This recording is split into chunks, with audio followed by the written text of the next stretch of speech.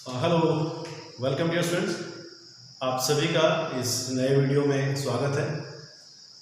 बच्चों, आज हम एक नया यूनिट स्टार्ट करने जा रहे हैं। जो बुक्स में जो नंबर दिया गया है वो यूनिट नंबर 7 है और इसका यूनिट का नाम है मैकेनिकल प्रॉपर्टीज ऑफ फ्लूइड्स।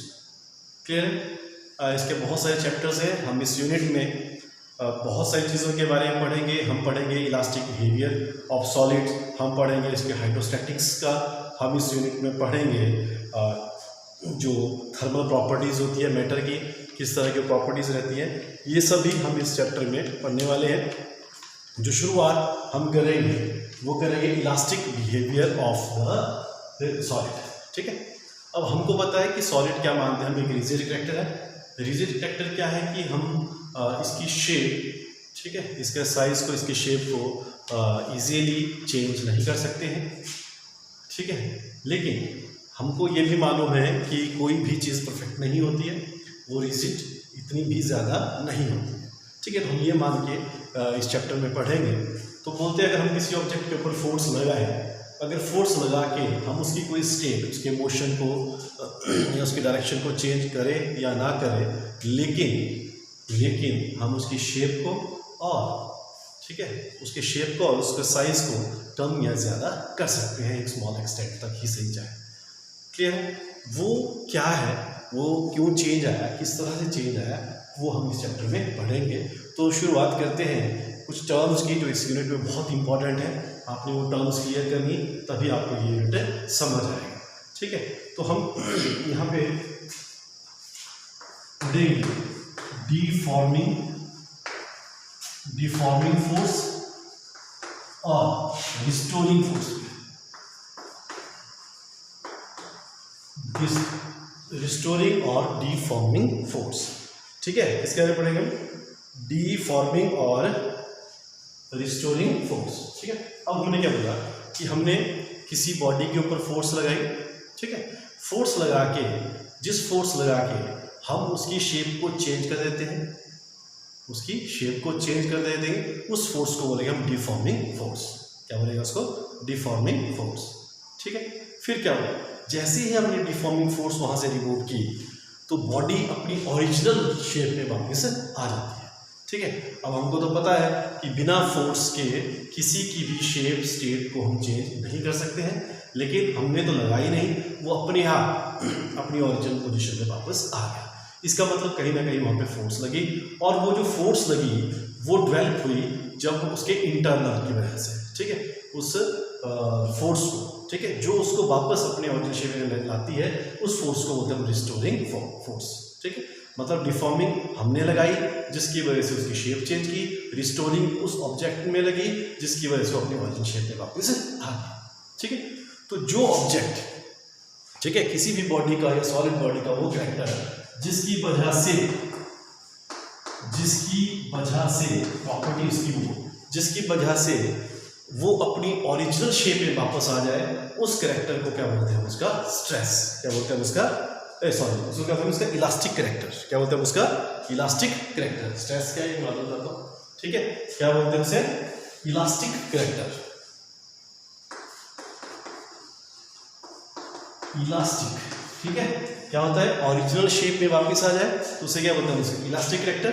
अगर वो ओरिजिनल शेप में, आपने शेप चेंज कर दी, लेकिन अगर वो अपनी ओरिजिनल शेप में वापस ना आए, उसे क्या बोलते हैं हम? प्लास्टिक। क्या बोलते हैं? प्लास्टिक। ठीक है, तो यहाँ पे सॉलिड्स के हम दो प्रॉपर्टीज पढ़ेंगे, इलास्टिक और प्लास्टिक। इलास्टिक क्या हुई कि आपने डिफॉर्मिंग फोर्स लगाई, ठीक है, रिस्टोरिंग फोर्स की वजह से वो अपनी ओरिजिनल शेप में वापस आ जाए, तो उसे क्या बोलेंगे हम? Elastic body. अगर हमने डिफॉर्मिंग फोर्स लगाई, उसकी शेप चेंज हो गई, लेकिन रिस्टोरिंग फोर्स इतनी ज़्यादा नहीं थी कि वो अपनी ओरिजिनल शेप में वापस आ जाए, उस कैरेक्टर को क्या बोलते हैं? उसका प्लास्टिक कैरेक्टर। क्या बोलते हैं उसको हम? Plastic character. क्लियर है? हो गया यहाँ तक? ठीक है, तो ये कुछ एक चीज़ें थी स्ट्रेस और जो अब हम स्ट्रेस और स्ट्रेन को पढ़ेंगे, जो अब इलास्टिक कैरेक्टर है। ठीक है, हमने फोर्स लगाई, डिफॉर्मिंग, फिर से ध्यान से सुनना, हमने डिफॉर्मिंग फोर्स लगाई, डिफॉर्मिंग फोर्स की वजह से उसकी शेप और साइज में चेंज लाया। ठीक है, चाहे वो जो चेंज था स्मॉल एक्सटेंट तक के लिए था, फिर वो डिफॉर्मिंग फोर्स, ठीक है, खत्म होगी, रिमूव होगी, फिर रिस्टोरिंग फोर्स ने उसको क्या लाया, वापिस लाया, ठीक है। मतलब जितनी अब ओरिजिनल शेप को गेन करने के लिए तो हम क्या बोल सकते हैं कि जितनी उसमें डिफॉर्मिंग फोर्स थी उतनी ही उसमें क्या लगी, रिस्टोरिंग फोर्स लगी, ठीक है। तो ये जो फोर्स लगी, डिफॉर्मिंग और रिस्टोरिंग फोर्स लगी, ये कितने एरिया तक लगती है, पर यूनिट एरिया जब ये फोर्स हम लेंगे वो बन जाता है उसका स्ट्रेस। क्या बनता हो, स्ट्रेस, इट इज, ठीक है, क्या होता है ये stress, it is a deforming force और restoring force per unit area.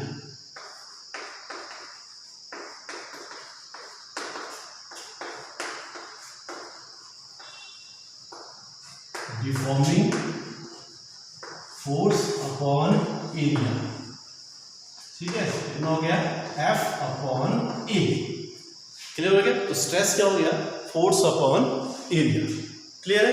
अब इसका यूनिट्स क्लियर है। मैंने बोला आप कोई टॉपिक करें उसके यूनिट्स डायमेंशन फॉर्मूला पक्का करें, न्यूटन मीटर स्क्वायर, कितना हो गया, न्यूटन मीटर स्क्वायर। अब इसकी डायमेंशन फॉर्मूला की बात करते हैं। फोर्स का डायमेंशन फॉर्मूला क्या होता है, ml/t-2, एरिया का क्या हो गया, l square, so it becomes ml-1t-2, कितना बन गया, ml-1t-2। It is a dimension formula of किसका, स्ट्रेस का, ठीक है। स्ट्रेस के आप डिफरेंट टाइप्स ले सकते हो कि अगर स्ट्रेस कैसा है, अगर हम स्ट्रेस की वजह से उसकी लेंथ चेंज हो सकती है तो हम उसको टेंशन स्ट्रेस बोलते हैं। अगर उसका वॉल्यूम चेंज हो रहा है तो हम उसको उसका शेप चेंज हो रही है, उसको कंप्रेस कर रहे हैं, एक्सपेंड कर रहे हैं, कंप्रेसिव बोलते हैं। अगर वॉल्यूम चेंज हो रहा है तो वॉल्यूम बोलते हैं, ठीक है। और जो वॉल्यूम जाता है क्या होता है, हाइड्रोलिक स्ट्रेस बोलते हैं, क्लियर है। उसके बाद क्या आता है टर्म, स्ट्रेन। स्ट्रेस के बाद क्या आ गया, स्ट्रेन।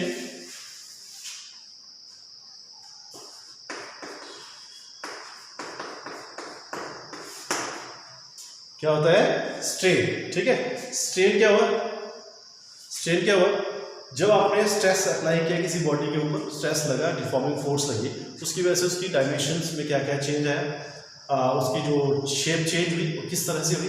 अगर उसकी लेंथ वाइज चेंज होती है तो हम जो मतलब जो स्ट्रेन हुआ, ठीक है, स्ट्रेन क्या हुआ, change in length upon its original, change in dimension upon original dimension बोल सकते हो, ठीक है। क्या हो गया, change in dimension upon original dimension, ठीक है। Change in dimension upon original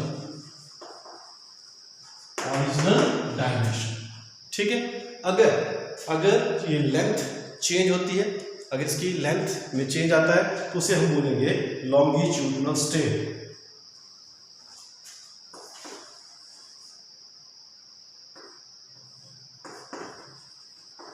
longitudinal strain,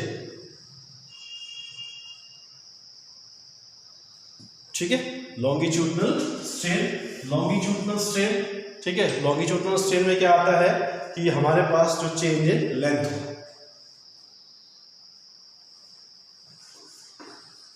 ठीक है। उसके बाद लॉन्गिट्यूडिनल के बाद आ गया इसका वॉल्यूमेट्रिक स्ट्रेन। क्या आ गया उसका, वॉल्यूमेट्रिक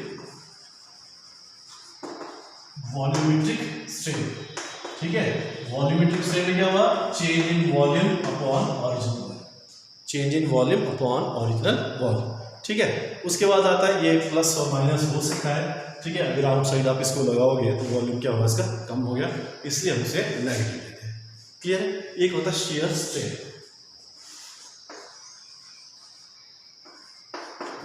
इसमें क्या होता है, शेयरिंग स्ट्रेन में क्या होता है, मान लो कोई बॉडी है, ठीक है, पेड़ है, आप उसको फोर्स लगाओगे, ठीक है, तो आप एक जगह से मूव नहीं कर पाओगे, ठीक है। उसकी शेप को आपने चेंज नहीं किया, उसकी पोजीशन आपने ऐसे चेंज कर, इस तरह से खड़ा हुआ था, ठीक है, फोर्स लगी तो क्या होगा, बॉटम उसका बेस सेम रहा और ऊपर थोड़ा सा झुक गया। तो ये ओरिजिनल से यहाँ तक जितना चेंज हुआ, ठीक है, यहाँ पे था, ये फोर्स इस साइड को लगी तो ये कहाँ पहुंचे, यहाँ पे ये जो चेंज आया, it is called shear strain, clear हो गया। All these about the this strain, ठीक है। उसके बाद हम बात करते हैं कि इनके मिला के एक लॉ दिया गया, ठीक है, हुक्स लॉ दिया गया। हुक्स ने पहले बोला कि जितनी भी एक्सटेंशन होती है it is directly proportional to the load. Extension is directly proportional to load, ठीक है। बाद में उसको मॉडिफाई किया गया, ठीक है। मॉडिफाइड करने के बाद जो हुक्स के ऊपर काम किया गया वो किसने किया? थॉमस यंग ने, ठीक है। नाम उसको हुक्स लॉ ही दिया, लेकिन उसको मॉडिफाइड फॉर्म में किया। मॉडिफाइड चीज़ वही थी कि एक्सटेंशन, ठीक है, is directly proportional to the load, ठीक है। जितना लोड आप अप्लाई करोगे उतनी एक्सटेंशन होगी, ठीक है। एक्सटेंशन ज़्यादा, लोड भी ज़्यादा, क्लियर है। उन्होंने उसको क्या किया, यंग, थॉमस यंग ने उसको मॉडिफाई किया। उन्होंने क्या बोला कि stress is directly proportional to strain. क्या बोला उन्होंने? ठीक है,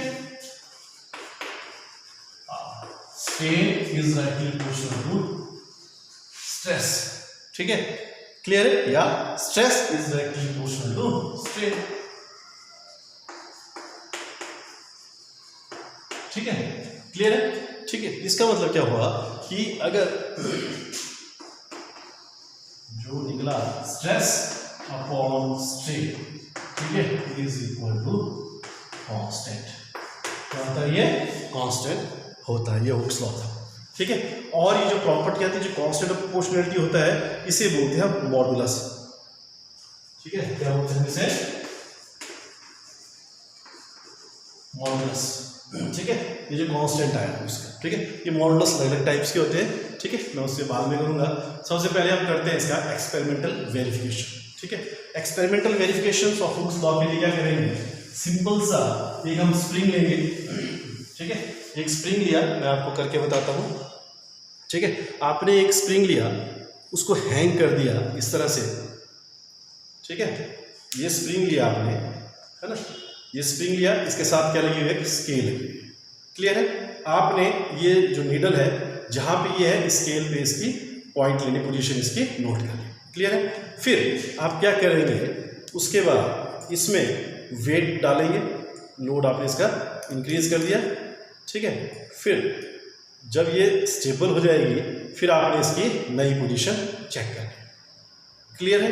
और उसके बाद रीडिंग नोट होगी, उसके बाद आप फिर से इसका वेट चेंज करें, इसमें और वेट डालें, और फिर से ये क्या कर जाएगा? एक्सटेंड कर जाएगा। एक्सटेंड कर गया, आप इसे नोट कर लीजिए, ठीक है। जब आपने इस तरह से किया तो आप देखेंगे कि जब आप उसके बीच में ग्राफ बनाएंगे, ठीक है, जब आपने एक ग्राफ बनाया किस किस के बीच में? जो आपका एक्सटेंशन हुई और फोर्स के बीच में, एक्सटेंशन और जो आपने फोर्स लगाई वेट इसके ऊपर डाला, ठीक है। तो आप देखेंगे कि जो एक्सटेंशन हुई थी ये बिल्कुल कांस्टेंट प्रोपोर्शनलिटी में थी। जब हमने ग्राफ बना तो ग्राफ क्या हो गया? Straight line. क्या हो गया? स्ट्रेट लाइन हो गया, ठीक है। फिर इस तरह से ये जो हुक्स लॉ की जो प्रोपोर्शनलिटी फैक्टर था ये वेरीफाई होता है, क्योंकि जितना एक्सटेंशन होगी, जितना वेट होगा, उतनी एक्सटेंशन, वेट ज़्यादा, एक्सटेंशन ज़्यादा, ठीक है। तो ये था हुक्स लॉ का वेरिफिकेशन। तो इसलिए जो भी इलास्टिक बॉडी है वो इस हुक्स लॉ को कंप्लीटली फॉलो करेगी।